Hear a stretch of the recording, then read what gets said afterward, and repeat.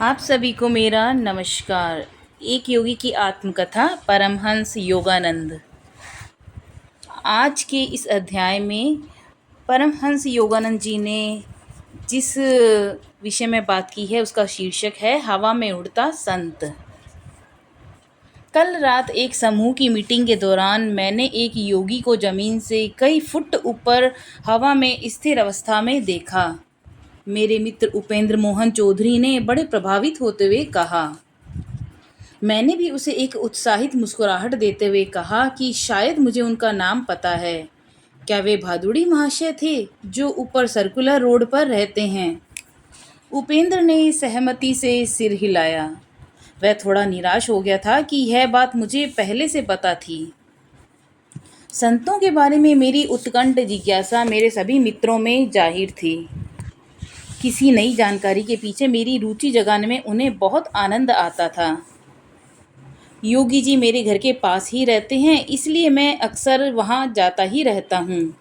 मेरे इन शब्दों को सुन उपेंद्र के चेहरे में जिज्ञासा जागी। फिर मैंने उसे और भी बातें बतानी शुरू की। मैंने उनसे ढेरों अचरज भरी विद्याएं देखी हैं। पतंजलि में बताए गए प्राचीन अष्टांग योग के विभिन्न प्राणायामों में उन्हें महारत हासिल है। एक बार भादुड़ी महाशय ने भस्त्रिका प्राणायाम को मेरे सामने इतने आश्चर्यजनक ताकत के साथ किया कि ऐसा लगा जैसे कमरे में तूफान आ गया हो। फिर गर्जना करते हुए श्वास बाहर निकाली और सांस बंद कर यह अति चेतना की अवस्था में निश्चल बैठे रहे। तूफान के बाद शांति का यह वातावरण इतना प्रभावपूर्ण था कि उसे भुलाया नहीं जा सकता।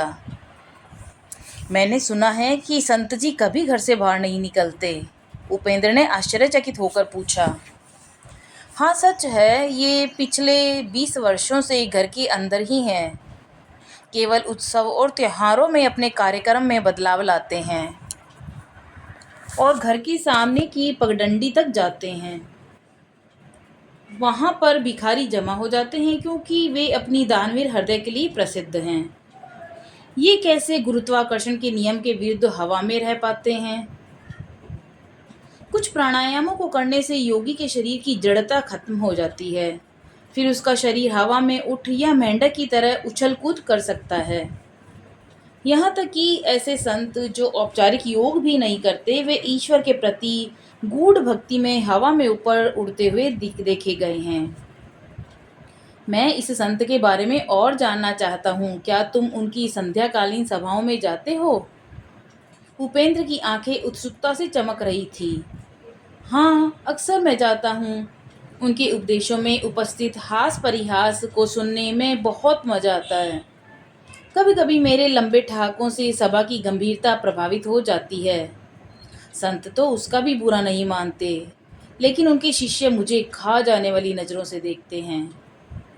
उस दोपहर स्कूल से लौटते समय मैं जब भादुड़ी महाशय के घर के आगे से गुजरा तो मैंने वहां जाने की सोची। सामान्य जनता के लिए योगी जी के दर्शन दुर्लभ थे। मैं अकेला शिष्य जो नीचे रहता था, वह अपने गुरुदेव की निजता को एक पहरेदार की तरह सुरक्षित रखता था। वह शिष्य कुछ ज़्यादा ही अधिकार जमाता था। उसने मुझसे पूछा, भेंट के लिए क्या पहले से समय लिया है? उसी समय गुरुदेव उधर आ पहुंचे। उन्होंने मुझे इस विकट स्थिति से उबार लिया। मुकुंद को जब चाहे आने दिया करो। गुरुदेव की आंखें चमक उठी। एकांत की सुविधा के लिए, उनके लिए, मेरे लिए नहीं। सांसारिक लोगों को अपने भ्रम को यूं ही तोड़ना अच्छा नहीं लगता।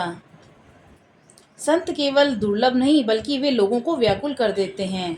शास्त्रों में भी उन्हें अक्सर लोगों को व्याकुल और परेशान करने वाला दिखाया गया है। मैं भादुड़ी महाशय के पीछे पीछे ऊपरी मंजिल के अत्यंत सादे कक्ष में जा पहुंचा। यहाँ से वे शायद ही बाहर निकलते थे। गुरुजन अक्सर विश्व के विद्यमान बदलते दृश्यों पर ध्यान नहीं देते। केवल उनका ध्यान केंद्र में स्थिर रहता। संतों में, समकालीन लोगों में केवल वर्तमान में उपस्थित लोग ही नहीं होते। महर्षि, आप एक ऐसे पहले योगी हैं जो हमेशा घर के अंदर रहते हैं। ईश्वर कभी कभी संतों की ऐसी अप्रत्याशित जगहों पर रख देते हैं जिससे हम यह न सोचें कि संतों को हम किसी विशेष नियमों के तहत रखते हैं। संत ने अपनी शक्ति से ओतप्रोत शरीर को पद्मासन में स्थिर किया। 70 वर्ष की उम्र में भी उनके चेहरे पर निष्क्रिय जीवन शैली का कोई अप्रिय लक्षण नहीं था। उनका सुगठित और सीधा शरीर इस प्रकार से आदर्श स्वरूप था। उनका चेहरा प्राचीन ग्रंथों में वर्णित ऋषियों के समान था। भव्य ललाट, घनी दाढ़ी से आच्छादित, दृढ़ता से सीधे बैठे हुए और उनकी आंखें ऊपर की ओर सर्वव्यापी पर स्थिर। संत और मैं दोनों ध्यानस्थ स्थिति में हो गए। 1 घंटे बाद उनकी सौम्य आवाज ने मुझे जगा दिया। तुम अक्सर ध्यान लगाते हो, परंतु क्या तुम्हें कुछ अनुभव भी हुआ है? वे मुझे ध्यान से ज़्यादा ईश्वर को प्यार करने की याद दिला रहे थे।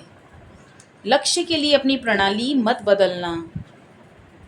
उन्होंने मुझे कुछ आम दिए और उनके गंभीर स्वर के साथ बीच बीच में हास्य परिहास का पुट मुझे बहुत आनंदित करता था।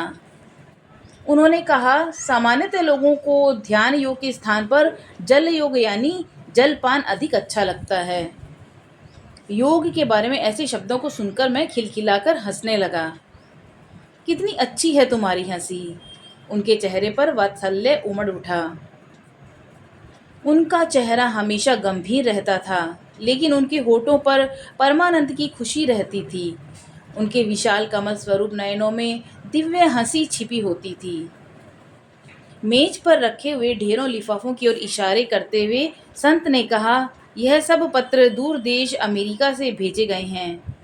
मैं वहाँ की कुछ सोसाइटियों के साथ पत्राचार करता हूँ जिन्हें योग में रुचि है। वे एक नए भारत को कोलंबस की तुलना में दिशा की बेहतर समझ के साथ खोज रहे हैं।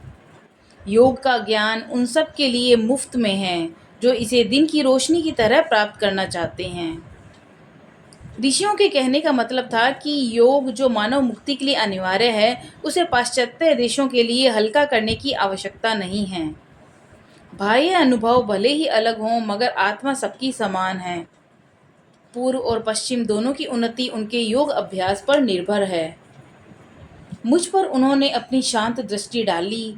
मुझे तब तक समझ नहीं आया था कि उनकी वाणी में एक भविष्य का मार्गदर्शन छुपा हुआ है। यह तो मैं अब समझ पाया हूँ जब मैं इन शब्दों को लिख रहा हूँ कि बातों बातों में उन्होंने मुझे इशारा कर दिया था कि एक दिन मैं भारत की शिक्षाओं को अमेरिका ले जाऊँगा। महाशय, मैंने उनसे पूछा, आप क्यों नहीं विश्व के कल्याण के लिए योग पर पुस्तक लिखते? मैं शिष्यों को प्रशिक्षित कर रहा हूँ, उन्होंने जवाब दिया। ये और उनके शिष्य जो कि एक जीती जागती पुस्तकों की श्रृंखला का काम करेंगे और जो समय के स्वाभाविक क्षय और टीकाकारों की असामान्य टीका व्यवस्था से मुक्त रहेंगे। बहादुरी जी के मजाक ने फिर से मुझे ठाका लगाने के लिए मजबूर कर दिया। मैं योगी जी के साथ संध्या तक उनके शिष्यों के आने तक रहा और बहादुरी जी महाशय ने अपना अद्वितीय प्रवचन शुरू किया। एक शांत बाढ़ की तरह अपने श्रोताओं के मलिन कूड़े करकट को उन्होंने बहा दिया और उन्हें ईश्वर की तरफ मोड़ दिया। शुद्ध बंगाली में वे प्रभावशाली ढंग से दृष्टांत दे रहे थे। उस समय बहादुरी महाशय ने संतों का सानिध्य पाने से संबंधित दार्शनिक तत्वों को समझा रहे थे। उन्होंने मध्ययुगीन राजपूत रानी मीराबाई के बारे में बताया, जिन्होंने साधु संतों का साथ पाने के लिए राजसी ठाट बाट का त्याग कर दिया था। एक महान सन्यासी से मीरा से मिलने का इनकार कर दिया था, यह कहकर कि वे स्त्री हैं, लेकिन मीरा के जवाब ने उन्हें उनके सामने नतमस्तक कर दिया। उन्होंने संदेश भेजा, मैंने अपने मास्टर से कहो कि मुझे इसका ज्ञान नहीं था कि सृष्टि में ईश्वर के अलावा भी कोई पुरुष है। क्या हम सब उनके सामने स्त्रियां नहीं हैं? शास्त्रों के सिद्धांत के अनुसार ईश्वर की एकमात्र सकारात्मक सृजन का सिद्धांत है, उसकी बनाई दुनिया केवल एक माया है। मीरा के ने भक्ति रस से ओतप्रोत अनेक कविताएं रची जो भारत में प्रेम और श्रद्धा से गाई जाती हैं।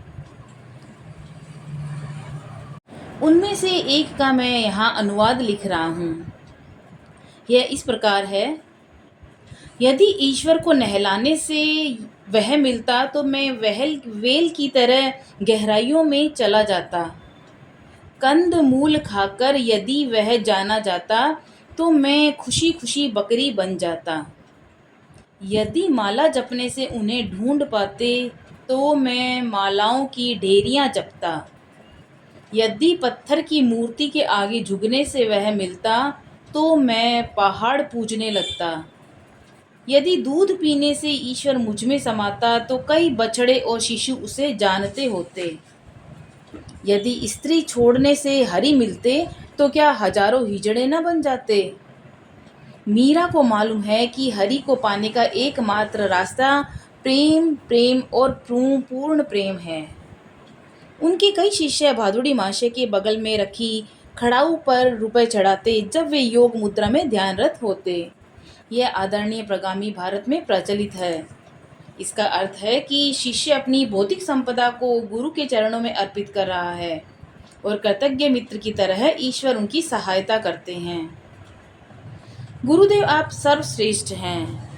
एक शिष्य अपने पिता तुल्य गुरु को भक्ति पूर्वक देखते हुए कहता है, आपने ईश्वर को पाने के लिए और उस ज्ञान तक हमें पहुंचाने के लिए अपनी संपत्ति, सुख, वैभव आदि सब कुछ त्याग दिया।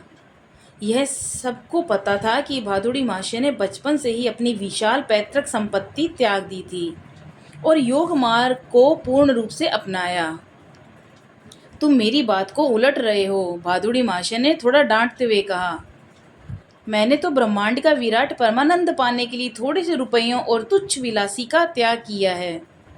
मैंने किस प्रकार त्याग किया है? मुझे अपने खजाने को बांटने में जो खुशी मिलती है, क्या इसे बलिदान कहेंगे? अल्प दृष्टि वाले सांसारिक जीव ही वास्तव में असली त्यागी हैं।